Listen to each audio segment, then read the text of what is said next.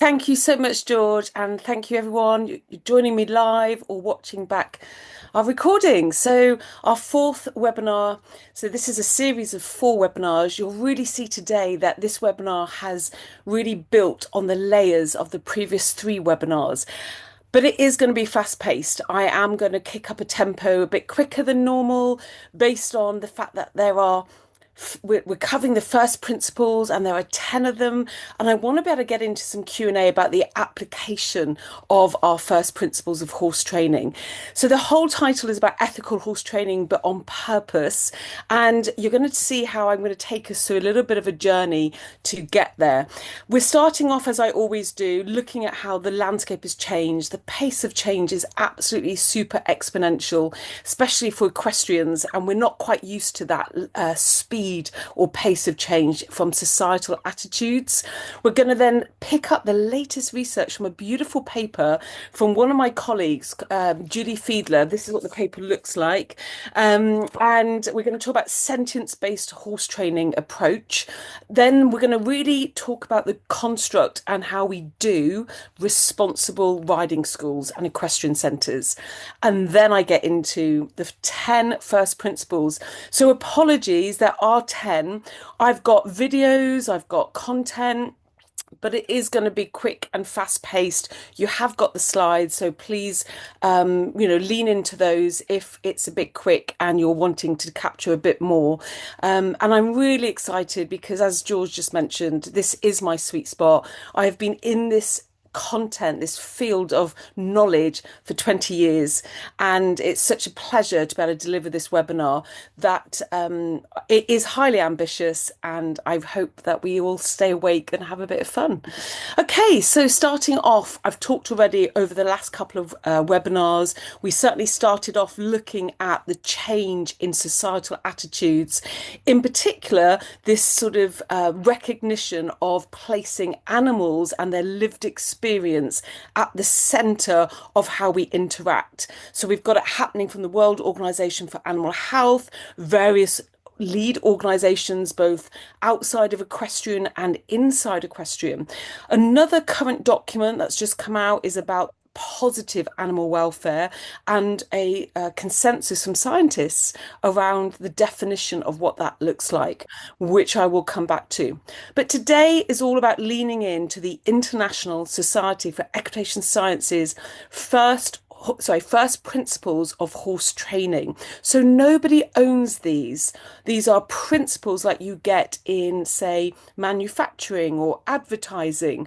These are principles that you can then look at your own methods into how you train horses and how you train your clients to have relationships with your riding school horses. And I mention the word relationship because also what's happening is how we view our relationships with horses. And this has been evolving over the last 20 years. But all of these language on the left-hand side are words that we can relate to. But recently we've had the FEI urge us to be our horses' guardians. Whilst this book from Dr. Rosalie Jones McVeigh, a beautiful book, really recommend reading, actually is talking to us about having this better connection because actually we're obsessed around grasping at knowing what sort of connectivity we really have with our horse. And this is a really interesting exploration of research, anthropology research of equestrians and keeping our horses on different livery yards. I've mentioned in previous webinars, the next few slides, I'm going to go quite quickly because I've covered these in previous webinars, that we have the ability to respond or responsible. That's when you break down the word responsible. Responsible is about our ability to respond. This is what's coming out from various key organisations right now, and that is evidence-based knowledge in order to respond to the pace of change in society. I mentioned this in my last webinar, so webinar 3, I introduced procedural knowledge. What does that mean? Well, you're all in education, and I share that pathway, I share that passion. And what it actually means is when we learn words, let's say we're learning a new language, and then we put those words together in a sentence. So we've just learned actually how to identify a horse that's in pain. We've recognized that there's a triangulated eye, or that the ears go wide at the base for when a horse is in pain. These are like words in a language, but when we put them together for sentences, it's not until we go into a cafe and we're actually speaking in that country's that we're learning's language in a cafe do we become fluent. And it's this fluency that makes procedural knowledge actually impact the lived experience of horses. So it's great having the knowledge of what a pain face looks like, or the grimace scale, or knowledge of conflict behavior, which I introduced in webinar 3. But it's actually when we apply it, and we do this in our riding schools with this procedural knowledge, can we leave horses better than our before our interaction in all our riding establishments and education centres. You can see that I've brought in quite a bit of knowledge into this area, certainly over the last 3 webinars. And today we're going to really look at leaving horses better by applying the International Society's for Equitation Science first principles. Now, before we get stuck into the 10 first principles, I have already mentioned our paper that's very recent. It's just come out this year.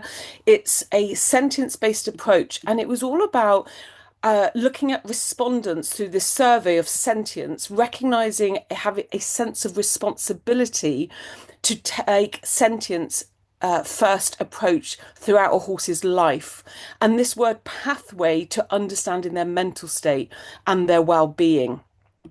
The second theme that came up in this research was that we have this moral obligation to consider the word sentience, i.e., that horses do feel emotions, and that includes both pain and therefore the potential to experience pleasure and having these positive mental states. So that's really where we're at. Now, when I think about a responsible riding school, we're looking at what Julie Fiedler and her colleague presented on this paper, which is it's in training. I know that you're busy connecting both your clients with your horses in order for a relationship to expand or evolve, or to just have that very first experience of that interaction with a horse. But every interaction we have with horses is a learning opportunity for the horse. So you are actually dropping into the field of training, hence why we're going to be talking about the first principles in horse training. Okay, pushing on. This is another lovely paper from one of my colleagues called, she's from Sweden. This was one of her papers from her doctorate, Mary Zekelvis Blockhaus. And really the key here is that she recognized the role of the horse is absent in teaching, in horse training, in riding schools. And that actually in this particular study that we could really start to look at the sentience as a coach and think about that individual's responsivity to your lesson or to your coaching or your teaching practices. And what Marie talks about is that teaching methods would be improved if trainers encourage riders to pay more attention to the perspective of the horse, to examine how to interpret and attend to the horse's reactions, and to reflect on these issues in dialogue with your rider and your client. The second part that I'm introducing about a responsible riding school and having these sort of pillars to a responsible riding school is our ability to respond. Now, I brought this up in webinar 3 and 2, actually, around the 5 domains model, but we're actually paying attention to the horse's emotional state or affect. But we're doing that with the 3 tenets of the 5 domains model. Identify negative experience, help the horse resolve that negative experience. And the third one is offer opportunities for a positive experience. That's all in webinar 2. And then we've got reflexive praxis. You might not have heard that before. You will be familiar with the word reflection, but the key about a reflexive praxis is our depth of introspection. And we can do that in communities of practice. We can start to actually shine a light on ourselves and have a depth of respection or introspection. And the fourth pillar that I'm going to be bringing out today in this webinar is renovation. Now, this is where it gets exciting for me. This is what I do. I use these first principles in all our interactions with horses, in hand, under saddle. And what we're renovating, now, why do I choose renovation? When we renovate our homes, which was where we normally hear the word renovate, we keep what works and then we change or renovate the rest. And that is why you'll see me constantly reference renovation. If something is working, um, oh, I don't know whether Charlotte wants to mute herself. I think it's Charlotte. Maybe it's someone else. I don't know whether George, we can do it, can we, on behalf of our delegates? That's it, perfect. So yeah, when we renovate, we're basically changing because it's not working for the space or the building, the home, or exactly the same for equestrian culture. We're looking at renovating our equitation practices via applying the first principles. So pushing on, you've seen this before. I'm talking about the three at the moment with what I've covered so far. We're recognizing the role of the horse. We're responding to the horse's affect. We're taking that responsive, how we've responded with objectivity and curiosity, and we're going to reflect on that, or certainly look reflexively into how we have interpreted or it made inferences on the horse's response to our coaching, our clients. And you can see here, I popped in some images. This is students at Hartbury University applying the University of New England, Australia's five domains welfare checklist, and we did that throughout the horses at Hartbury. So we're starting to sort of do these areas. I've covered this already, so this is like revision. In webinar 3, I bring in the ethical, the word ethical, and at the very bottom of this pyramid is curiosity. We start with curiosity, which you've been great. You've joined me on this journey of the ABRS's vision for 5 webinars that will enhance our equestrian practices inside riding schools and equestrian centres. So here we are, we're looking at our horse's responsiveness to our coaching, to our client, and then we're going to be reflexive of it. So this is my first sort of reveal. This is hot off the press for this particular webinar, but you can see that when we are talking about being a responsible riding school, I've got 4 R's. We've mentioned recognise, we've talked about respond, we've talked about reflexive praxis, and now we're into renovate. And that is what I am about to start. So you've seen this before in a previous webinar. If it's new to you today, please just go back to the recordings on YouTube, on the ABRS Plus YouTube channel. We start with the inside of this circle, which is the 3 F's, or friends, forage and freedom. I discuss the introduction of fortitude, their mental state. It slots under the 5th domain, which is the sum of the other 4 domains. And then on the outside is what I'm leaning into in today's webinar. Look at that. There are 10 of them, and I am being extremely ambitious to think I can push through that in today's webinar and take Q&A. But as I said already, I love a challenge. So this is the icon you will see on a slide. When you see that in the top right hand corner, you know that is a brand new start of a new principle. So it looks like this. We're on principle 1. So welcome to our first of 10. This is all about our regard for both our safety and the horses. Now, there's a few areas here. One is my colleague, Dr. Karen Luke, did a beautiful paper on this. And you can see off this image that she's looking at the various stakeholders. But the key to safety is linked to horse welfare, and our welfare in with safety is linked to our achieving goals in what we set with our relationship with horses. And the other part of this particular principle I'm going to talk about shortly is what's happening in a working group called Suitably Mounted.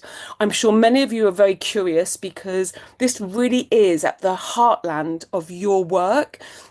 that you are in this principle, you are matching correctly or optimally. I prefer the word optimal to correct, the optimal horse, so your horse optimally to your clients. And it is a challenge to get that fit for the horse and the client, to create that fit where both are thriving. It's challenging. In particular, Karen Luke talks about this in her paper, really worth looking at. But really, she looked at rider satisfaction and horse welfare. She looked at sort of making sure that we can attend to our horse's needs, but also have achieve our goals that we set as riders. And some of you will go into the Q&A. We might want to really expand this principle for riding schools, that often the agenda of your client and their goal achievement does not align or is not congruent with the lived experience for that individual horse. And that's our job to explore that, and how we can actually, perhaps we'll do some in-hand stuff, perhaps we'll bring in some solutions that Dr. Sue Dyson mentioned in webinar 2, I think that was. Yes, it was. The 5 domains. So we've got lots and lots of different solutions, but you can see that we've got academics and practitioners working together to solve the problem.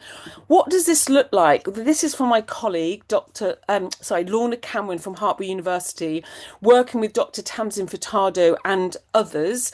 There is a co-creation of a working group, but Lorna pinged this over to me. I work with Lorna at Hartbury University, and basically, Tamsin is actually from the University of Liverpool. She's done a lot of work with the Way to Win campaign supported by the Horse Trust. But this is not, and this is Lorna's explicit communication to me, this is not all about rider weight. It is about matching riders with appropriate horses for the benefit and safety of both. And certainly they've got a really quite a challenging working group ahead of them. It's been going on probably for about 12 months, but Lorna's asked me to say any questions, contact lorna.cameron@hartbury.ac.uk. Right, as you can see, top right hand icon, next principle, number 2, we're pushing on. Each of these principles has quite explicit criteria, which you can find on the International Society for Equitation Science website, which is equitationscience.com. And actually, one of the things I've just pulled out is linking back to previous layering in our webinars, which is the 4th point, recognise signs of pain. Now, we've worked a bit on this already. We've talked about Karen Glierup's research about the equine pain face, how essential this is as being able to be or identify, respond to the lived experience of our riding school horses. We've got this going on from vets, this, as you know, lots and lots of images about how to identify a horse that is in pain. And also we've got, I don't know whether Hannah wants to mute herself, or George, do you want to do that for Hannah? I think, yeah, thank you. And then we're pushing on, really looking at the ridden horse pain ethogram. Now, this is the body of work from Dr. Sue Dyson. And if you're not yet familiar with it, please go and take a look. I've got references for you at the end, but I haven't got time to lean into the full 24 behaviours. We talked about this as well in last webinar, webinar 3, about objectively and with curiosity looking at behaviour and being able to recognise that, a bit like the image of Prince William. There are 2 things. This could be pain or it could be conflict behaviour. And certainly there's much more stuff coming out on conflict behaviour, bucking, rearing, spinning, bolting, because the horse is either fearful, confused, and then we've got pain, as Sue Dyson has really articulated in her body of work. Another new principle pushing on, basically because of time. You can see here that this is the regard for the horse's mental and sensory abilities. Now, I want to just mention at this point, we can overestimate and we can underestimate our horse's mental abilities. But this blue area is developed in horses, but it's very underdeveloped. And it's partly because horses have evolved not needing to plan and to prepare for or organize and reflect on their next meal. Grass doesn't get up and run away. And so they've developed the part of the brain that has that ability to reflect and to reason, and they've developed it less than you and I. So when we overestimate the mental abilities of our horses, we are actually causing or contributing to poor welfare. And this is really spelt out in this third principle, in particular, overestimating and underestimating their mental abilities. I showed you a little bit of a cartoon of over-rugging and the fact that we're at this point not understanding that what is it that their thermoregulatory system as a species, how it differs to ours, which I'll come on to shortly. But actually, they do not feel the cold like you and I do. And they have a different range, a core temperature range to you and I. So it's really been able to say what's similar and what's different. And having this sort of acknowledgement that horses are not humans and that we shouldn't make that anthropomorphic or that assumption, which we have talked about. I've previously mentioned the word critical anthropomorphism because we do recognise sentience. Horses have emotions like you and I, and that we must bring that into our conversations, especially when we're trying to leave horses better because of our interactions. Still on the same principle, number 3, beautiful paper all about the sensory abilities of horses. It's a couple of people, Dr. Andrew McLean's also on this paper, and what you'll see is a really lovely clarity of what horses have developed, a really high sense of smell, which we can lean into when we want to enhance our riding schools, horses' experiences.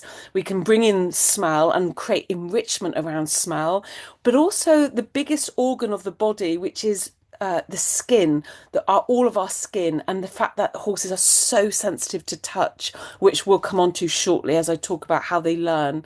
And then we've obviously got things like being able to provide more touch into the environment, sounds and odours to create that word enrichment, which I really passionately believe we can do when we think about positive horse welfare.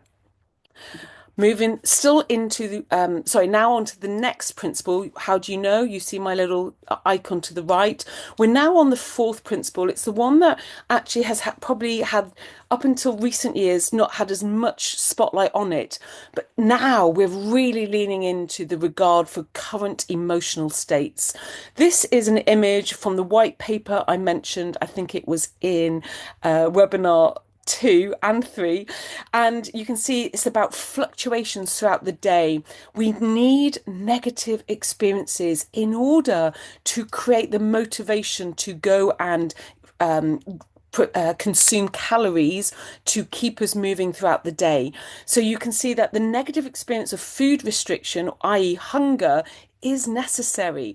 We talked about this in webinar 2, that, we need the sun to actually create life. And then what happens? It harms us midday. We mitigate for it. We put sunscreen on. We go into the shade. What we don't do is we don't remove the sun from the sky.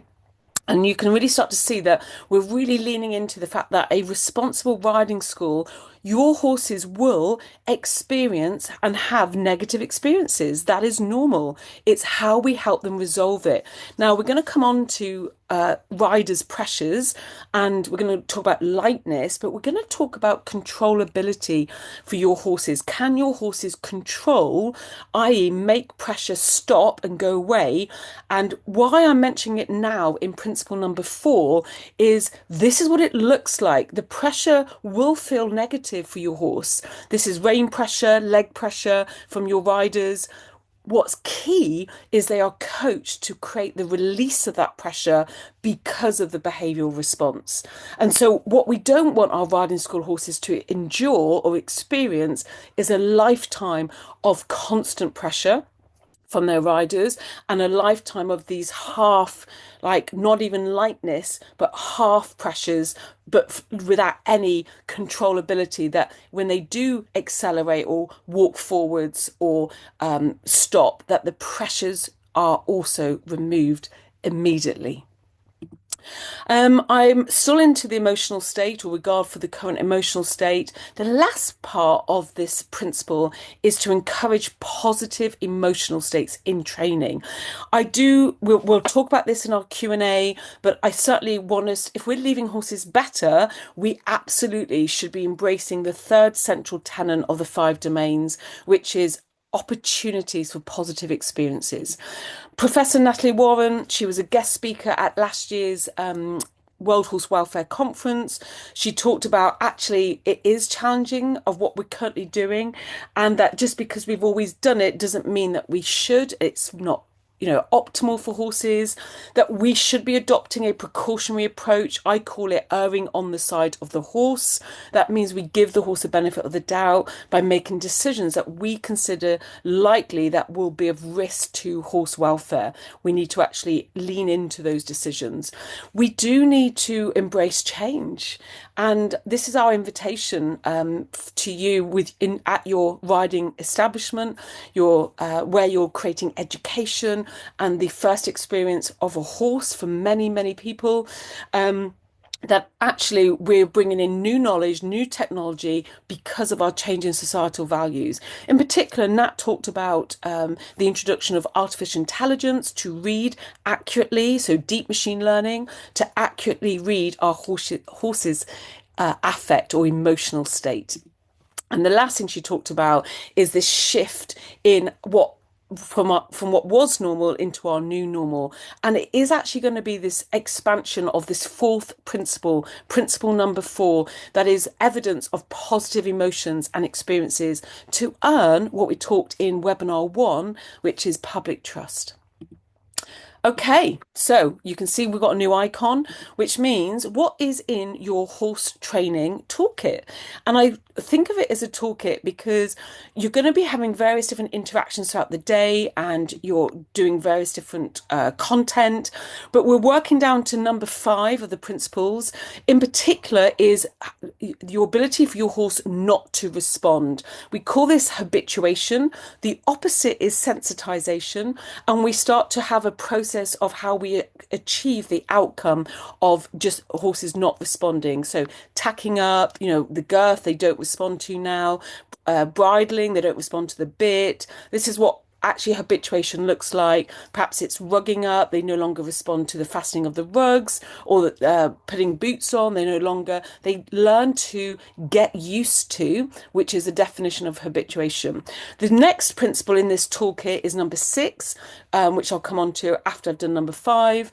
Again, it's my sweet spot. It's really understanding how horses operate their environment, and that we've got different modes inside this particular principle, and you'll hear the words adding and removing. And this is really all about understanding how we optimize learning in equitation. So let me lean into that. And again, I've been working this space for 20 years, practically, not just sort of now in a webinar. And this really sort of helps me feel like I can and do make a difference to the lived experience of horses. And the third tool in your toolkit is principle number 7. And this is that beautiful principle where through association, so we're back into associative learning, but we actually use the phrasing classical conditioning. You might know it as Pavlovian learning, but certainly we're in the field of associative learning. So into number 5. Now, can you see in a hierarchy of learning abilities of all species, it is the most simplest. It's exciting. Like, we can lean into habituation in equitation in so many different ways because actually it's the simplest form of learning and it does actually take place really quick. The downside of this is, can you see on the other end of the spectrum of getting used to is the opposite called sensitization. And depending on the stimuli, as quickly as they can get used to something, they can also become hyper reactive or sensitized to something. When we think of equitation, we need both at play. We want horses to habituate perhaps in a discipline such as dressage to the weight of the reins, so contact, whilst also being sensitized to the least amount of pressure to accelerate or decelerate, and that will be from your reins and your legs. So now we're in this beautiful place of understanding the mode of learning called habituation. However, because of our fourth principle in 2025, it is not about just horses doing things because they wouldn't. We can't be using the rationale that actually what we're doing is fine because they wouldn't do it if they didn't want to. If you just go onto YouTube and type in diving horses back in the 1920s and 30s, we used to do this. Oh, I think there's a video. Must have told him to drop in sometime. So it's not what we can make a horse do. I'll just pause that, sorry. It's not what we can make a horse do. It's now really focused in 2025. Obviously that got stopped. It's totally unethical.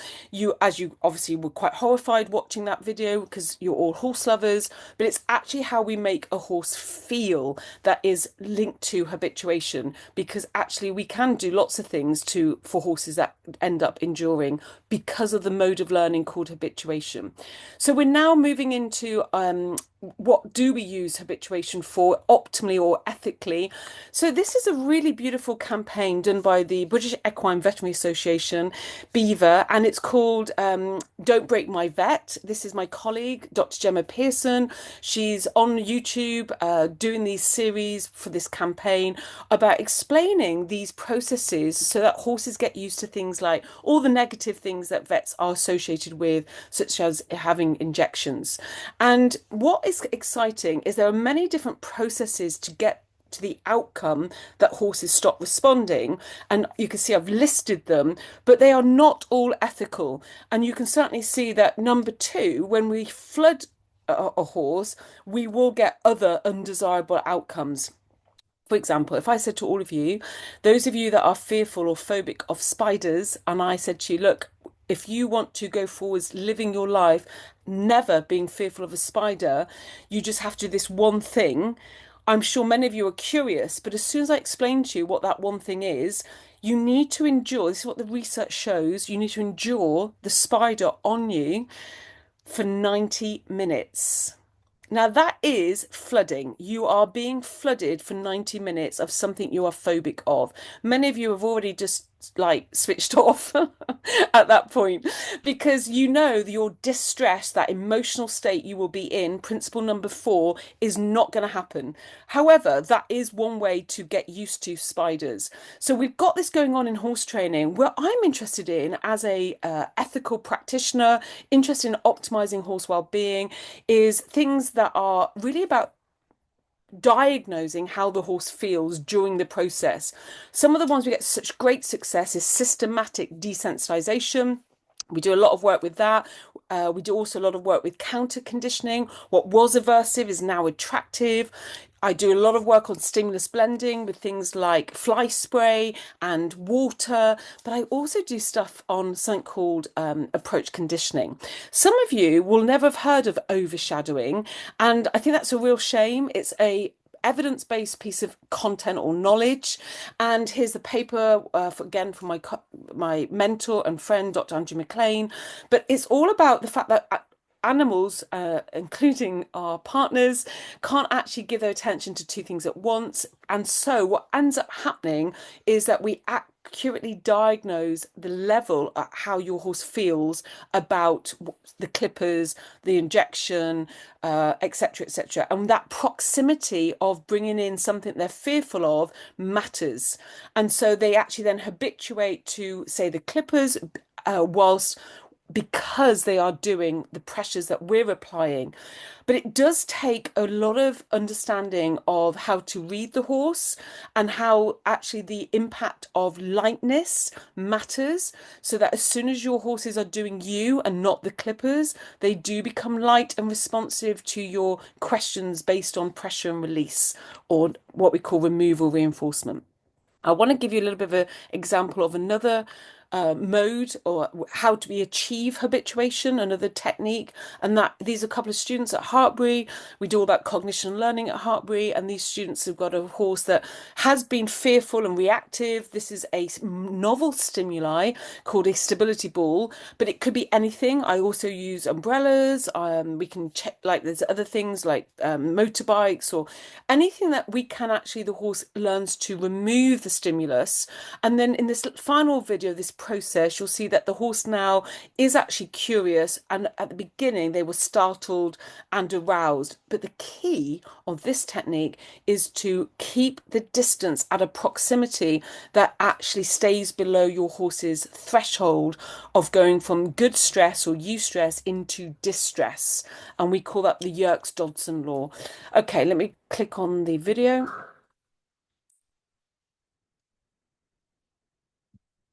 So as the horse approaches, that's what makes the ball retreat. And so they begin to actually get really curious and they expand their resilience. And as she touched the ball, the horse, the student clucked, created a verbal bridge, and then paid it with, we call it just a nut, some sort of food. You can also scratch horses at the base of the wither, which I'll come on to.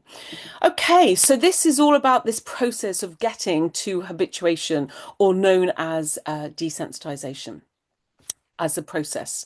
The outcome is known as habituation. Let's move on. Another principle. How am I doing with time? Yep. And so this again is where I work. I work in this place. So you've got your age, your signal, or your in different training species, your cue. The horse does the behavior. Maybe they go backwards, go forwards, etc. But what's in it for the horse is the consequence. So this is how we train all animals. So right now we could be dog trainers, or watch what's happening with this goldfish. He's actually moving a ball along the bottom of a tank. Why?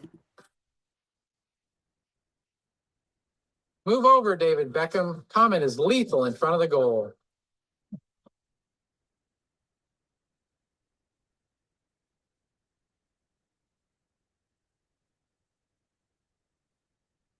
Okay, so you've spotted the consequence. The goldfish has been shaped in behavior that as the ball moves across, at the end of the series of chaining of that pushing the ball across the bottom of the tank, in comes a consequence, which is the addition of something attractive for that goldfish. So, we're in this world of animal training, and like I said, we could be dog trainers or goldfish trainers, and we're talking about adding something. So we call this additional reinforcement, also known as positive, but it's a mathematical terminology, hence the plus sign.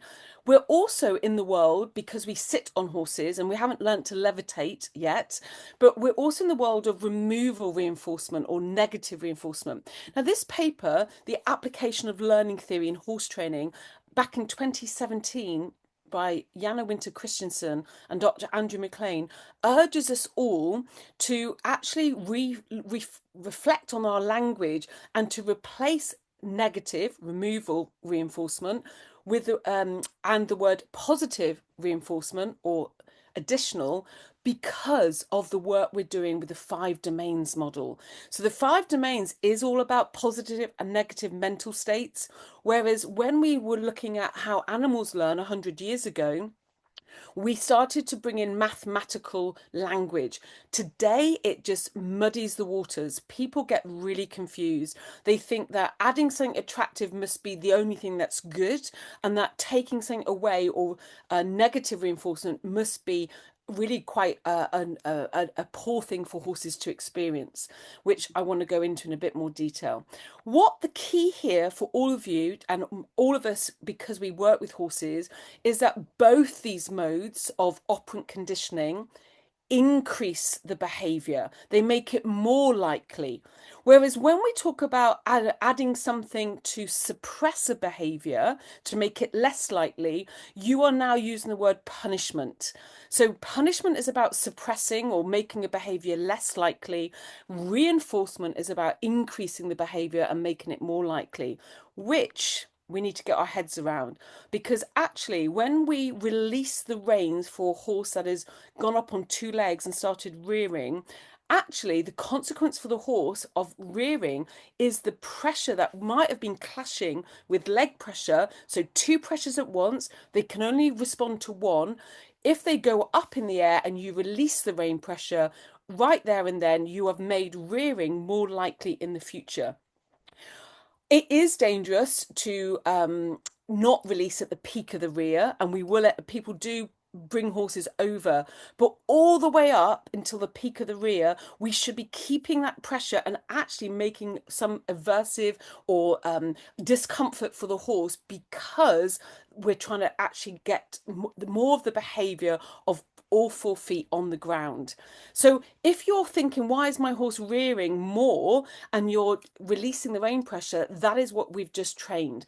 The same with a horse that kicks. If when your horse goes to kick the farrier or and releases the farrier, we've just made it more likely that they're going to start and they're going to repeat the behavior of kicking. When you're walking into the stable with a bridle and your horse raises his head and releases the bridle coming near the face or the bit going into the mouth by raising their head and neck, you're making it more likely that they will actually do the exact same behavior at the sight of the bridle. They are applying removal reinforcement. This is what additional reinforcement looks like, adding something attractive. Horses as a species, we know they allo groom or mutual groom. They're adding something attractive, scratching each other at the base of the wither. And we can also add something like a treat or a nut. I use very small nuts just because obviously they're motivated to do more of the behavior to get the sound that something attractive is arriving. I use a it's on me all the time, but other practitioners use a physical clicker. I've got clients who use a yes. I've got clients who use a X. Like, these are distinct bridge sounds or a sound that tells the horse that something now is coming. And because they heard the sound at the exact moment, we want more of the behavior. That's when they actually do more of that behavior. So you're really working out that you need to be marking the behavior you want more of immediately. It might be acceleration. So at the start of the swing phase, you might hear me go, because they accelerated, I've got up to 10 seconds to actually pay that. A lot less on different species, so dogs, and much less than that. But what happens after about 3 seconds and with horses is that the gap from what they did with the behavior to actually recalling that gets widened. And now we're at the problem where actually they don't even remember or recall what they did to get the sound that something attractive is arriving. So it does mean we have to be quite timely as horse trainers, but you all knew that. This is just another image about all these different quadrants. I don't enjoy conversations around quadrants.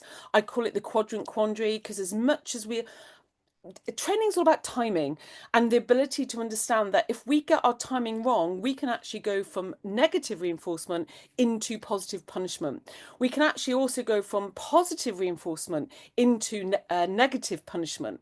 Like, we're actually ability, these quadrants are just for you and I, because it makes knowledge much clearer. We want them parked up in a nice little box. My actual signature as a horse trainer is I work here. I combine reinforcement. So I add something attractive to get more of the behavior I want, and I remove something aversive in order to get more of the behavior I want. I am constantly in that sweet spot of both, combined reinforcement of both.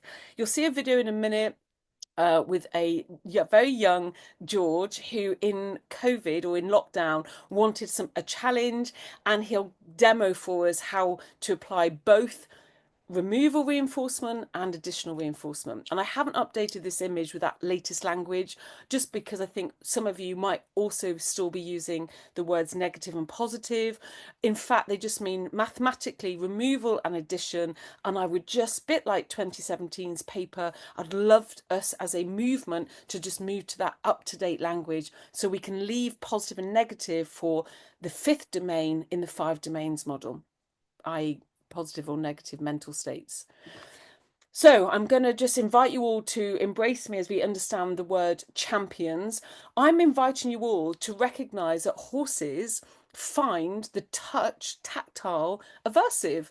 If they didn't, when a fly lands on a horse, they would not be motivated to flinch the skin to remove the fly. We've all seen horses do that, or to use the tail in order to flick the fly to remove it. Now, the fly has the least amount of pressure. It's a tiny, tiny tactile experience on the skin. But if that wasn't aversive, the horse would not be motivated to remove the fly.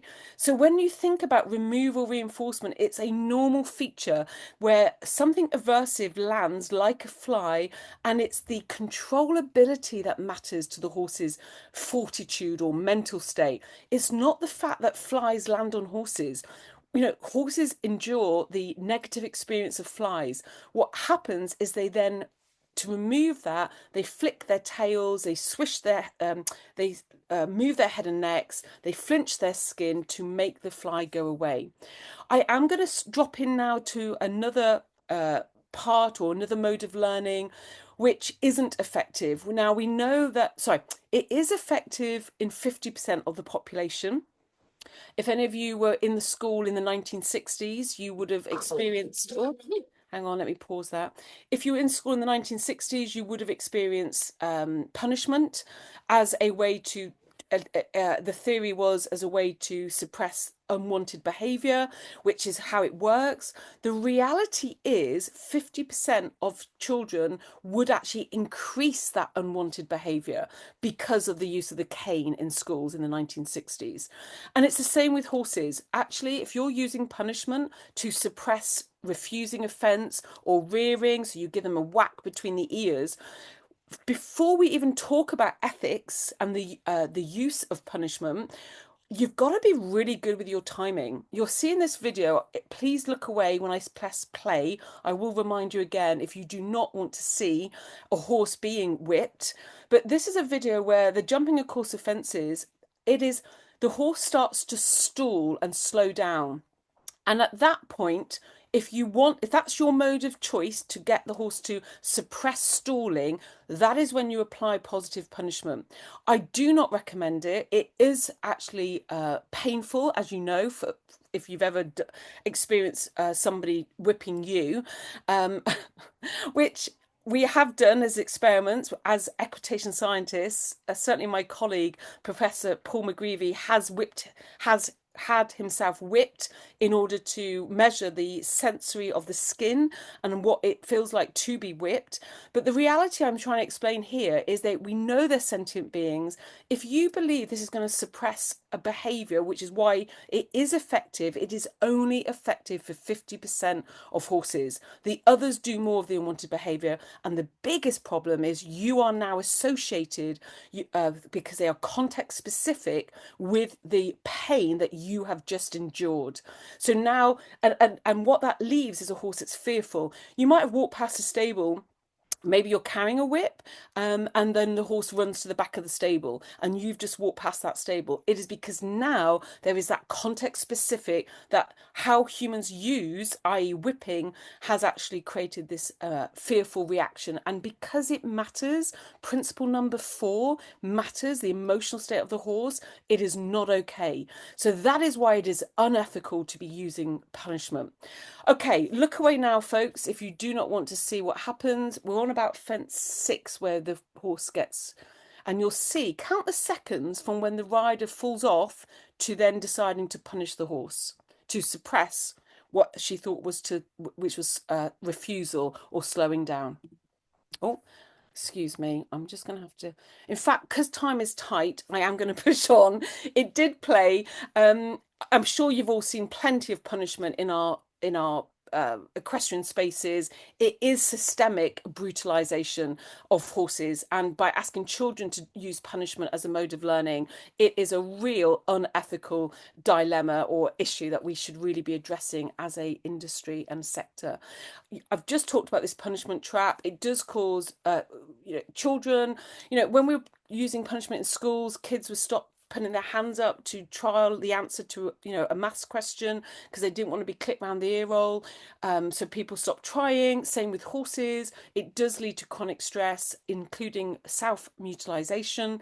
But the common one for horses of chronic stress is colic. And suppressed immunity. So we're really in this really challenging place where, you know what, just because we've always done it, i.e., make questions for thousands of years, 5,000 years actually, we might have shown up to suppress a behavior using punishment. Actually, we now know better and we have other modes of learning in our horse training toolkit. It is unethical, and this now we need to update ourselves. And now we know better, we now need to do better. I need to push on because I want to talk about how we can do better. In particular, the combining of reinforcements. We can train in hand, various learnt responses, stop, go. The stop response is also a step back. We can do turns in hand, opening and closing forelegs, closing and opening hind legs, or yield and head down. We do this under saddle. So now you'll see different family members live together. The go or acceleration response, we can go up a gate, we can go faster within the gate, we can go longer within the gate. That's a family of go. Excuse me. In the stop response, we can go down a gate, we can go shorter within the gate, we can go slower. When we come to turns or opening and closing forelegs, we can actually also atlas and axis of the vertebrae. We can have what we call lateral flexion or pole flexion. We've got direct turns, opening and closing of forelegs, indirect turns, closing and opening of forelegs, and then we've got closing and opening of hind legs. All of this matters on the left hand side because it is principle number 6. It is horses operating their world. We're about to go into principle number 7, where we talk about the use of the voice and the seat. But the reason why they come after, or they don't take priority, the seat, is because they do not impose immediate pain and discomfort when we get this wrong. So this operant, the horses operating their world, or operant conditioning, is about reins and legs creating enough discomfort in order to create the behavior. There's the aid, there's the behavior from the horse, but the consequence for the horse is the off, the release of pressure. And that is what trains horses, and why we should be really becoming, I urge us all, champions of removal reinforcement. Here's a video I mentioned. Let's just press the play. How am I doing with time? Here we go. Hi, my name is George and I am 8 years old, and today I want to share with you a little bit about my sponsor, Equicoach.life. Since owning ponies, I've always asked a lot of questions about why and how things happen. I was introduced to Lisa in March when I started the Equitation Science Challenge to learn about through lockdown. After Challenge 1, I was hooked. I liked that I can train my pony all by myself without Mum doing it. I love doing things independently, so this was brilliant for me. Equitation science is learning how to train how your pony feels in different places and different environments. Equitation science is evidence-based horse training to understand how the horse feels and behaves. Best thing I have trained Zara to do is stand still at the mounting block without help, so I can be more independent and safe. My pony Zara is hypersensitive to touch. Here I am training Zara to step back by using pressure release training. When she steps back from the pressure, I release it as a reward for doing the correct behaviour.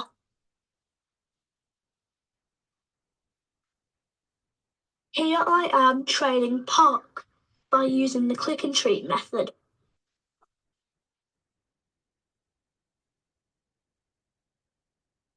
Session, I am proving my part. George. Okay.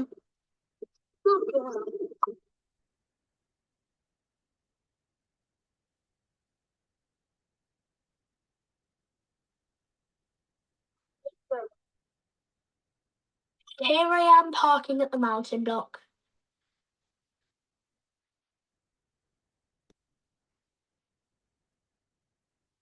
Here I try to get on, but I make some mistakes.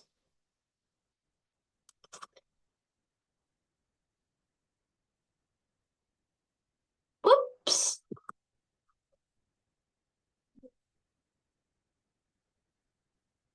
What was a go? After repetition, I trained her to stand still when I got on. Yes!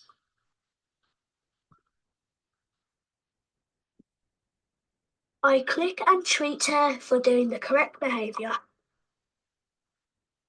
Good girl.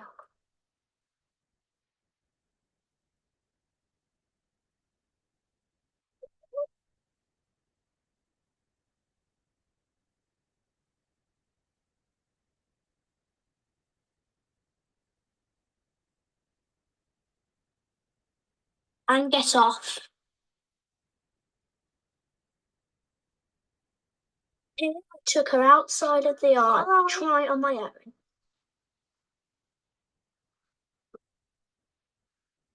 Oh.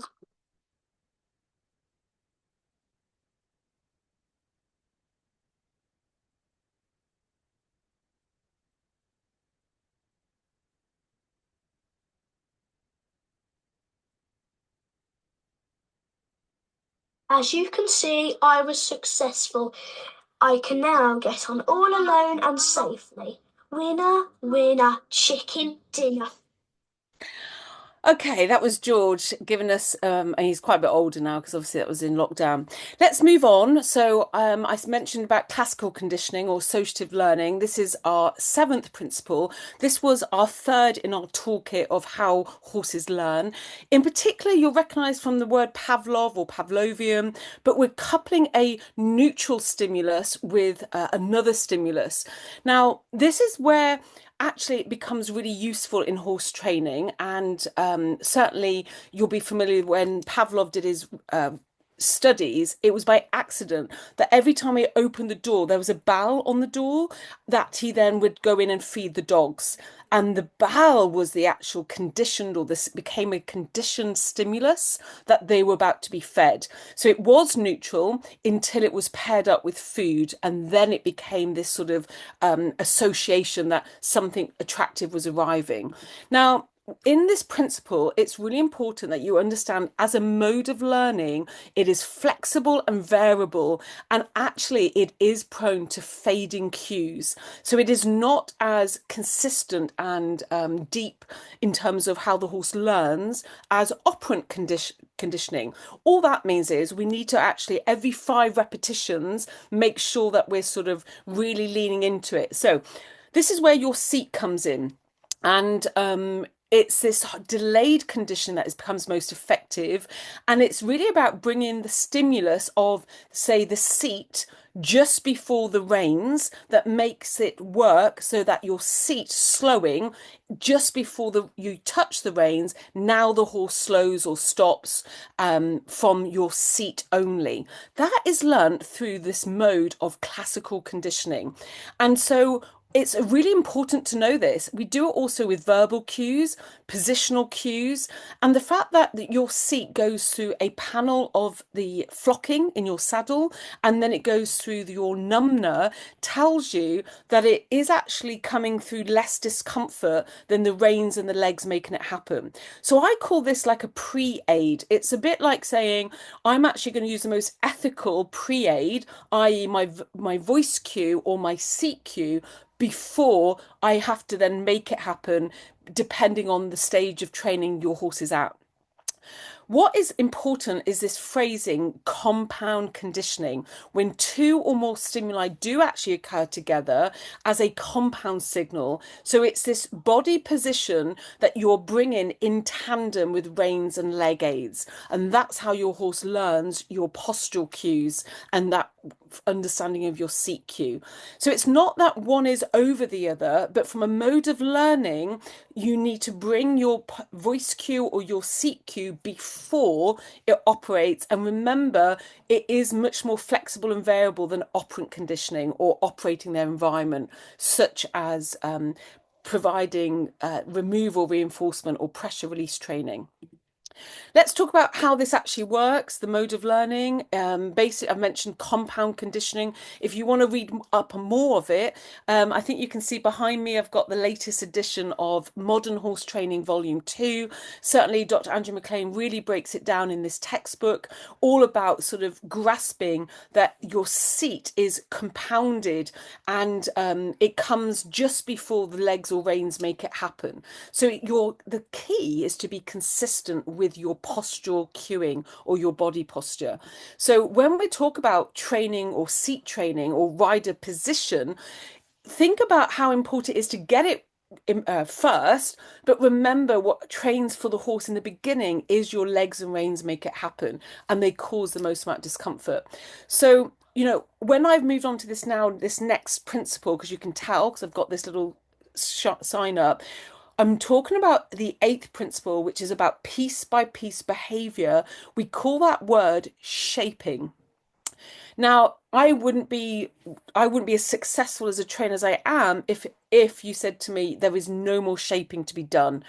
Point making here is that we set our horses up to succeed, biomechanically successful, the smallest achievable steps in order to get behaviors that we want. So this could be in equitation, this could be about acceleration, deceleration, jumping across fences, going out for a hack, but we have to shape the smallest unit first, also known in the field of science as successive approximations, but it's certainly massively needs recognition that in order to be successful as a horse trainer and certainly as a rider, that you understand, you reinforce and target the smallest behavior offered towards the bigger picture that you're after later down the line.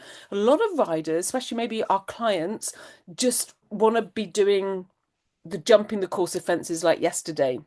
So they're really absent of understanding the word shaping, and that actually we need to plan, and we can write shaping plans, we deliver the shaping, but what we need is agility to shape. I use the phrase shape down. So we go back to the step before that the horse was confident at, and then by shaping down, we can then shape up much quicker. So I talk about shaping down or going back to the previous behavior that they were successful at in order to take up the new behavior, which is going to be harder and more challenging for some. And certainly horses that are really quick learners, just by going back or shaping down, they then accelerate their learning. How do we do shaping successfully and objectively with evidence-based knowledge? We talk about a stimulus and a response. So here's a cue, here's a behavior. That's what we call like a basic attempt. You'll see that in a minute. And then we go into speed control in terms of what's next to train. Then line control. So you see that's direction. And only then do we talk about head and neck. So if you've got clients coming to you and all they want to do is put their horse on the bit, that's a head and neck response. And actually, always the head and neck is always a consequence of the legs. So we've really got to understand that we're shaping the speed of the legs first, then the actual, and this is to lightness and responsivity, and then we're going to do direction, and then we do head and neck. So this is some really nice, courtesy of Dr. Andrew McLean, some really nice images. Start from the very bottom of the triangle. Let's get the basic attempt. A foal or horse is naive. You're going to give them a cue. Maybe they go backwards. Maybe your cue is calf pressure from your legs. And instead of accelerating, they start reversing. If you were to release at that point, because of principle number 6, so you take the pressure off, that's what's in it for them. They can control that discomfort. You've just trained going backwards from your leg pressure. And for that horse, like they'd have no idea of this drop down menu that you want the horse to do. So you really got to understand that these basic attempts are massively important. And we're looking at just a step. The next level of the shaping plan is lightness and responsivity. Rhythm is multiple steps. Straightness comes after all of them. Why? Because actually we need to think about the propulsion of the acceleration. Basically, if one of your limbs is stalling to accelerate, so the right front leg goes quicker but the left front leg goes slower of the horse, you will not be straight. Think about it. You're going quick, slow, and you end up going in the direction where actually, if the left leg is a slow leg, off you go to the left. So we get that right to then work on straightness. Then we talk about contact of the legs around the rib cage, contact of the reins, and finally, which I wish we talked more about in horse training, which is anywhere and everywhere. Horses are context specific. We do need to do at least 5 different water jumps before your horse is confident or learnt to jump into water. And it's the same with horse trailers or horse boxes. If you think your horse knows how to load into a horse box, proof it. Let's put them in 5 different horse boxes and test their learnt responses to your go and your stop signals. The other thing about shaping, this is from Dr. Andrew McLean, we can do all the movements right through to piaffe, passage, half pass, all from 4 basic responses: the go response, the stop, the turn, and the yield. I will do that more in practice when I see some of you, I hope, around the country as we start looking at communities of practice for riding schools. But let's now talk about the 9th principle. I know I'm pushing on, ambitious as always, but let's talk about, can we actually do our cues and our signals with the least amount of confusion? What does that actually mean? One signal, one response. You can have multiple sites, but it has to be the same response. And so the other thing that we don't really talk enough about as coaches is, when is the most optimal time to give a signal biomechanically? Many of you probably do know the answer, but if you don't, it's always at the start of the swing phase. Why? If your horse is in the stance phase biomechanically and you're asking to accelerate or abduct or open a foreleg or close a hind leg with leg yield, you're going to have to wait. There's going to be a delayed response because they are in the stance phase. You're not talking to that leg, it's on the ground. But as soon as it starts, the limb starts the swing phase and you want to turn right or turn left, now your rein can literally directly talk to that limb in order to create that opening or that acceleration from your legs, because the limb can respond biomechanically. So I've done this next few slides where you can see the importance for the horse's clarity of communication, that there are so many different cues that we have to give them clarity.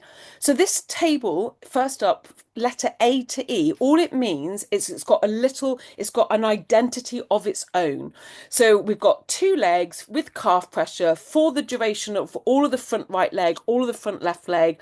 It's a squeeze type of pressure in order to go faster inside that gait, walk, trot, canter. But as you go down through for the legs, A to E, you can see that actually it varies, and that's how the horse can discriminate or knows the different response. For example, if you're doing a dressage test, a free walk on a long rein, and your horse knows that leg pressure is faster, 50% of the time you will go on a free walk on a long rein, you'll go up into trot. Whereas because you haven't got a separate signal for longer, which is a brief heel tap, and you can see that as number C, and it doesn't last as long. Now the horse has a separate signal where the horse won't be trotting, they will be absolutely accessing the longest walk they've ever done because of that clarity of communication. And that is what equitation science really brings to your practices at education centres and riding schools. You're giving horses clarity of communication. I keep on with these tables from F down to the next letters, all about looking at now the rein aids. So you've got more different rein aids. And the reason why I'm doing all this is because actually the key here is that your position is there to be optimal and consistent so that you do give your horse every chance to answer or get the behavior correct that we want. Remember, bucking, rearing, spinning, bolting is a value. If we're causing clashing aids in this 9th principle, your horse should trial acute stress behaviors such as spinning, rearing, bolting in order to stop this clashing of pressures. And when that's successful, it's going to be more likely in the future. These are some other areas that we're looking at in terms of more different signals, letters M to R, and this is your seat now, creating these different cues that happen just before the legs and reins make it happen. A lot of content in these slides. They are in front of you. I do hope you enjoy having a good look. Use the tables how I've designed them, which is to help you understand there are many, many separate signals that your horse does have to learn for them not to be confused. And when we start teaching this in riding schools, the clarity of communication, we start to give horses controllability of their world, but we actually expand their fortitude. This paper is done by my colleagues, all to do with something called e-bark, and it's where all of us as horse owners put into data of our horses. And there were 1,819 horses in eBart where this paper collated that data. And these various different so the horses that are handled with many different riders, a bit like riding schools, actually had horses. The evidence showed that horses were more difficult to accelerate. Now, you're not going to be surprised at that. You might talk about riding school horses being an absence of, or sorry, phrasing of riding school horses perhaps lazy. I don't believe there are any lazy horses. There are just horses that have learnt not to respond, to accelerate. And maybe, and as this paper shows, it's because of these multiple riders. And actually, it's easier for horses to decelerate when they've got multiple riders compared to horses that only experience one or few riders. And it could indicate that an increase in rider numbers, such as at riding schools, is associated with those horses becoming relatively more unresponsive to leg cues than to rein cues. Very interesting study. There's a reference. The final principle, you'll be glad to hear, when my dulcet tones are coming to an end, that it is the regard for self-carriage. Now, what does that actually mean? It means keep going until you signal otherwise. So if you're training park, and we saw George parking his Zara earlier, she stayed immobile until George signaled otherwise. And it could be walk forwards, walk backwards.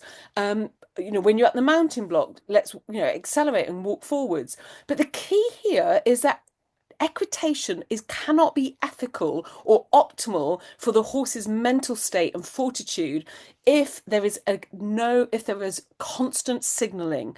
Now, you know what that looks like. It looks like kick, kick, kick, kick, and you're actually now, that constant pressure is like a teenager being nagged to tidy their room. You are creating the mode of learning called habituation. We've covered it. It's principle number 5. Constant leg pressure where the horse does not experience the off isn't training acceleration.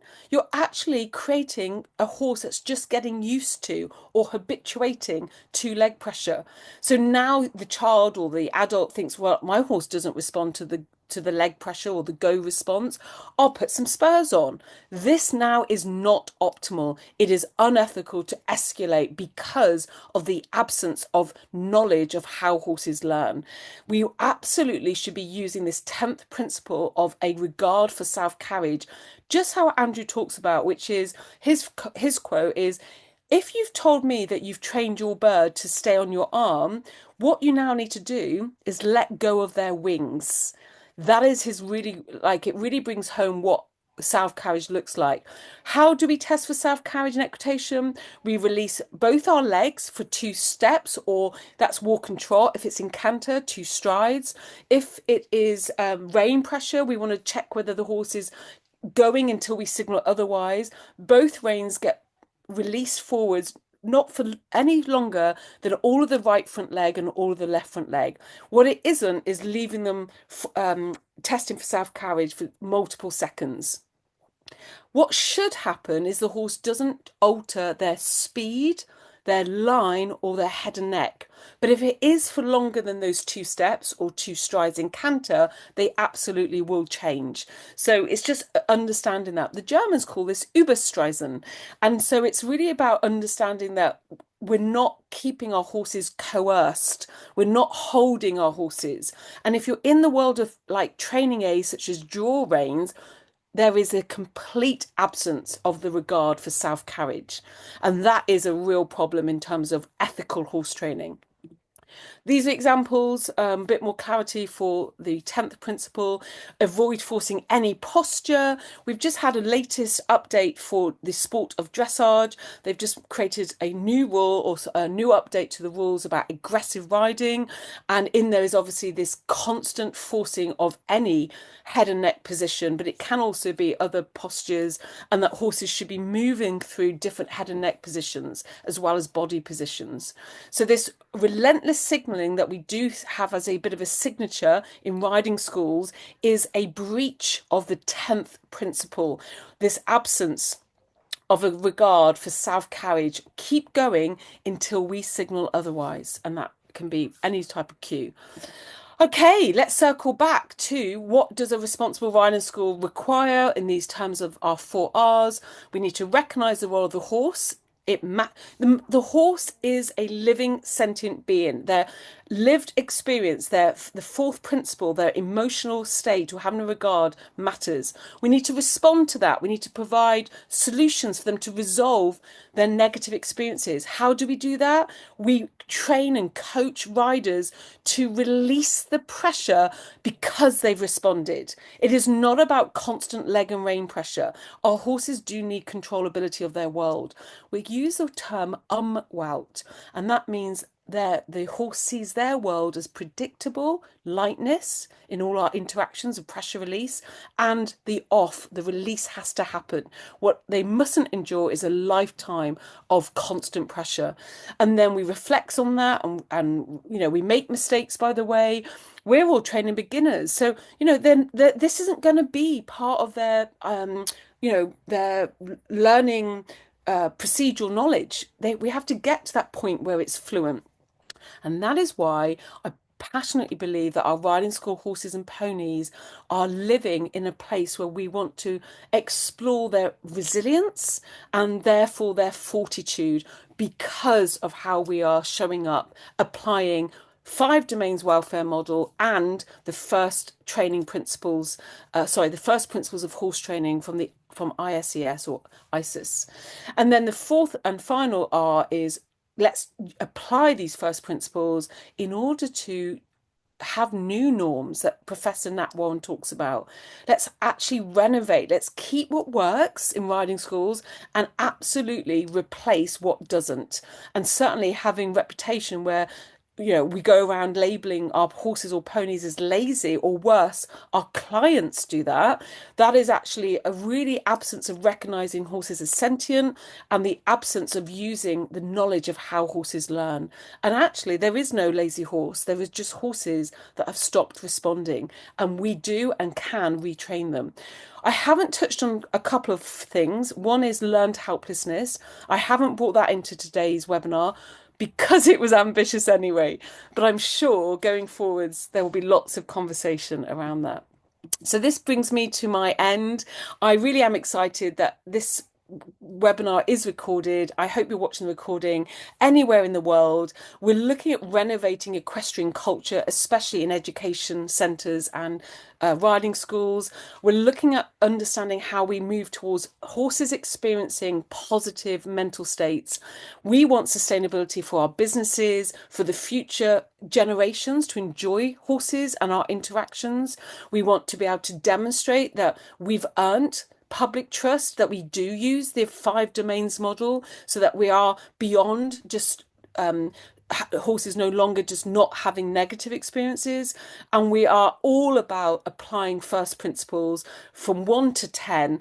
There is a lot there, but we're dedicated and committed, and through reflexive praxis, we make mistakes, and we use that mistake to fuel how we learn and show up in the future for our horses.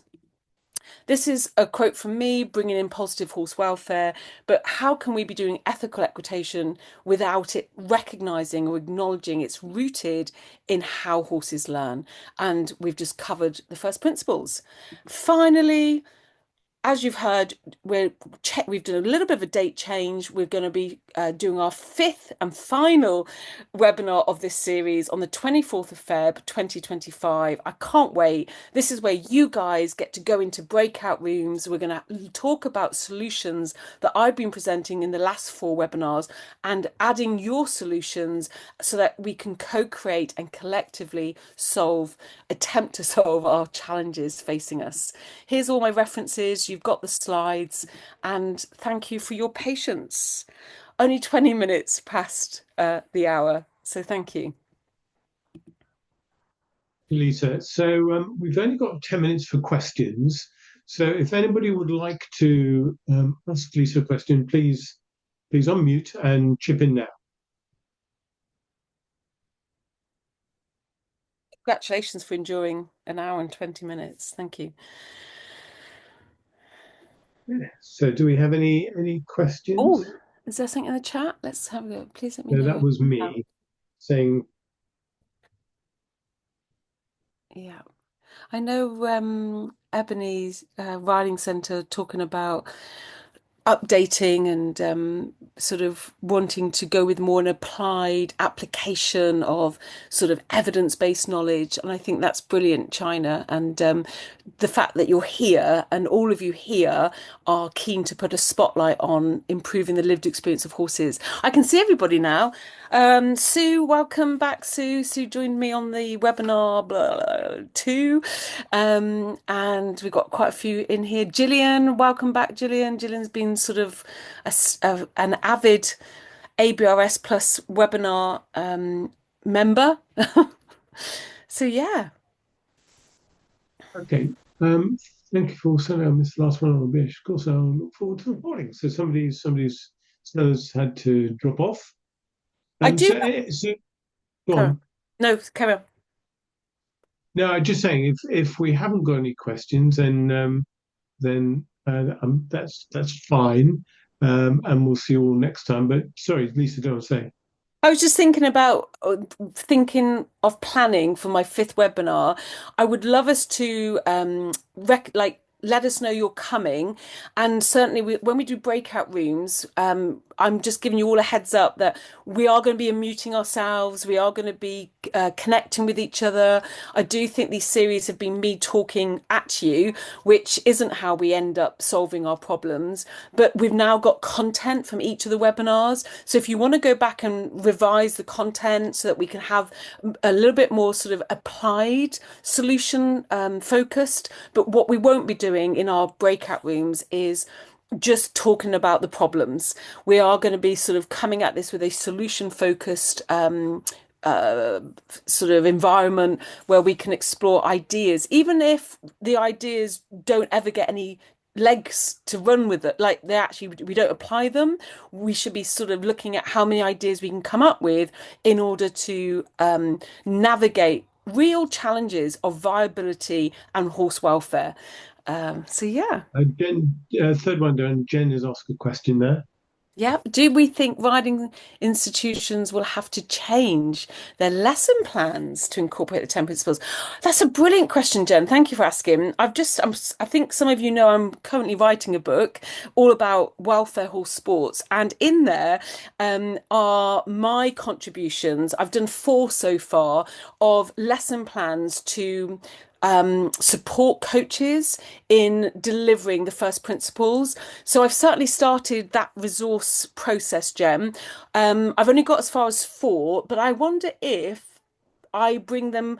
I need to talk to my publishers, but we could explore what they look like because I have synthesized the first principles into each of my lesson plans for those 4 areas. But in addition, I've added a glossary, and I think sometimes the problem isn't how we.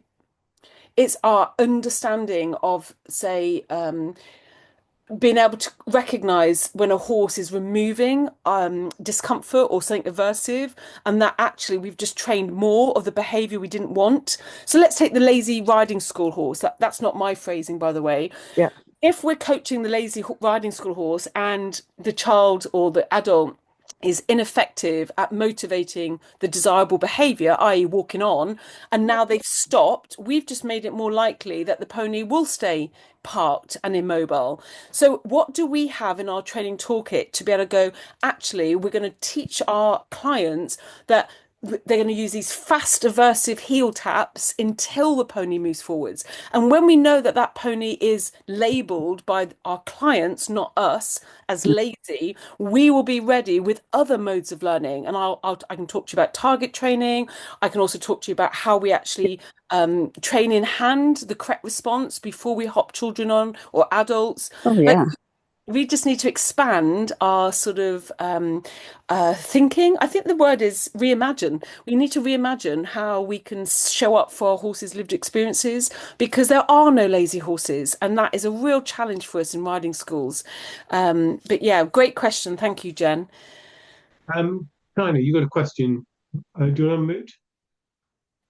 Yeah, so my let me get back. My question is, I don't know if you may have covered this before. However, I'm in a number of like riding instructor groups on Facebook, or just like trying to like learn as much as possible. And it might be something to talk about in the next webinar, but like at times it's my sort of, I don't know, motivation, but I see lots of posts about, you know, like I don't know how to explain. It's like I saw a post the other day about how we should not be teaching riders to use crops. And then I get into this world where I'm like, well, should we even be riding them at all? And it's sort of finding that working in where I work with the therapeutic natures of the horse, but also includes the riding and what I've got out of it, I find it really difficult now to be like, with whatever's going on with social licensing, to be like, I can't win. Oh, okay, that's a beautiful question. Thank you, China. Certainly hop back on some other webinars. I think I definitely address it in the second webinar about the 5 domains, because one of the things that I think we can be really confident about is the world has changed, so we need to keep up to date. So if we're doing things how we've always done, we are going to be struggling. The bit I'm excited about is the opportunity. I see you, China, leading opportunity for your horses to be enriched because of our interactions. But to do that, we're going to have to understand actually a bit more how they experience the world. And so I've mentioned in today's principles, we can show up and do, I mean, for example, let's take scratch posts. How many of us have actually just taken off our old broom bristles from our old brooms, and then fix them into spaces that one, they are with other horses, so they can actually have it on as their own scratch post. Now, these little things sound so insignificant to a riding school, but the reality is we're trying to add more choice for when they do want to alleviate some sort of itch. And we've been doing this with cows for decades. This is about enhancing their lived experience by enriching their lived experience. So I'm suggesting that for that 2 or 4 hours a day, where, do you know what? They are going to have clashing aids. They are going to have novice riders, reins and legs together, because they've your clients have never ridden before. That is okay, China. What is interesting is the coaches are trying to upskill the beginners, that actually as soon as they have that release, sorry, as soon as they feel the behavior, they release the pressure. So we're coaching that, coupled to the fact that your horses, they get to experience for the other 23 hours of the day. They've got a best friend, they get to like scratch each other, they do actually have their forage needs met. They should be eating for 13 hours a day. Like, they should be masticating behaviorally, not just for the calories. So we've got all these areas that we could be helping away from what riding school horses have to endure, which is a beginner rider, and that's okay too. So I think, is it more like a tightrope you feel you're walking? Yeah, it is, because we're teaching beginners, and with our location being in Brixton, I mean, we do the best we can. We have a turnout area. We naturally feed them with hay feeders. They're turned out together in the wood chip. But logistically, I want my horses in a field, and or like free grazing, stuff like that. And then obviously the challenges of the beginner riders. I do. We all do the best we can, but there are moments when you're like, do you know what I mean? Like, you just, And that's the fortitude of our horses, to be fair. yeah, And you're showing up, minimizing those moments. That's normal. Like, sorry, yeah, that's not normal. The normal bit is negative experiences. What we want for horses is that it can be resolved. That's the yeah, bit that you're doing a great job with. I can hear that. The other thing is, you say you want them in a field. Like, actually, we've moved on as well. We've got track systems. You know, yeah, yeah. there's so many things we can be. I mean, that's what I mean by enrichment. We can be so creative. I think probably we're our own sort of, we cap ourselves, we limit our own potential by thinking that it's only one way of doing stuff as opposed to collectively. But you sound like you're on it, China, and you're not alone. I think what George's vision is that we have our communities of practice where we actually share the same lived experience, because you're not alone, and we do it in a way to help us solve our lived experiences or to improve our own positive mental state. I think you've got lots to offer in our up and coming Leave Horses Better community of practice, China. So I hope you join us, Yeah, no, definitely. because you're not alone. Brilliant. Thank you. I, And I invite you to visit. China, I saw the same set of posts. I saw the same set of posts, and the challenge with a lot of these things is that, particularly posts on these chat groups, is you can get a bunch of people who are quite sanctimonious, rather than working out how to make things happen correctly. It's all about, sometimes it can be a bit posy, I'm afraid, and that can be quite difficult. Yeah, I read that same vein of use a horsewhip on that website. Yeah. We've got to the end of, really, it's half past, just gone half past, so I think we'll have to call it a day. So thank you, everybody. If you've got any other questions, please, you can email me and I can send them on to Lisa. Other than that, I'm looking forward, hopefully, to seeing everybody on the 24th, Monday the 24th at 12 o'clock. And we'll put out an email through Ticket Taylor about how that day will be run. So thank you so much, and I look forward to seeing everybody in 3 weeks.